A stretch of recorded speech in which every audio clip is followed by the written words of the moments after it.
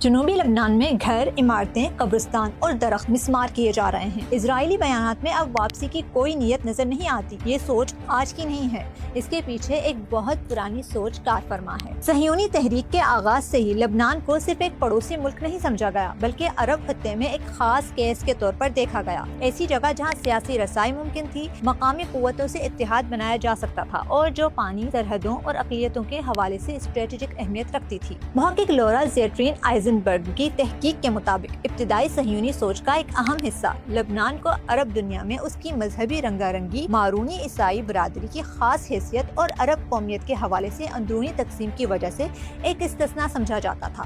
1920 کی دہائی سے ہی لبنان سیاسی اور مذہبی شخصیات سے وسیع رابطے قائم کیے گئے۔ یہ رابطہ ایک بڑے نظریے کا حصہ تھے جسے بعد میں الائنس آف مائنورٹیز کہا گیا۔ اس سوچ کے مطابق خطے کی مذہبی یا نسلی اقلیتیں عرب قومیت کے منصوبوں کا مقابلہ کرنے کے لیے صہیونی تحریک کے ساتھ تعاون میں دلچسپی رکھ سکتی ہیں۔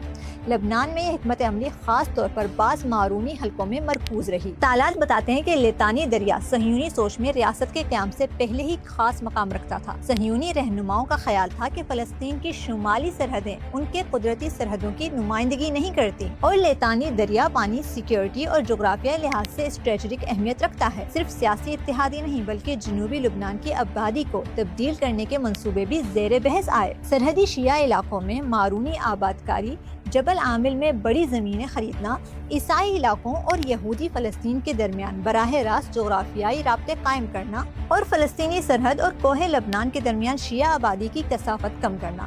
اسرائیل کے پہلے وزیر اعظم ڈیوڈ بن گوریان نے مئی 1948 میں اپنی ڈائری میں لکھا کہ لبنان عرب اتحاد کا کمزور ترین نقطہ ہے اور ایک عیسائی ریاست قائم کی جا سکتی ہے جس کی جنوبی سرحد لیتانی دریا ہو اور جو صہیونیوں کے ساتھ اتحاد کرے۔ آج جو منصوبے زیر بحث ہیں، چاہے وہ لبنان اسرائیل تعلقات کی نارملائزیشن ہو، لیتانی کے جنوب میں نام نہاد سیکیورٹی زون کا قیام ہو یا جنوبی علاقوں کو خالی کروانا، یہ سب اس پرانی صہیونی سوچ سے جڑے دکھائی دیتے ہیں۔ البتہ لبنان کی پیچیدہ اندرونی صورتحال اور سیاسی معرونیت کے کمزور ہونے کی وجہ سے ان پرانے منصوبوں کو دوبارہ عملی شکل دینا اتنا آسان نہیں ہے۔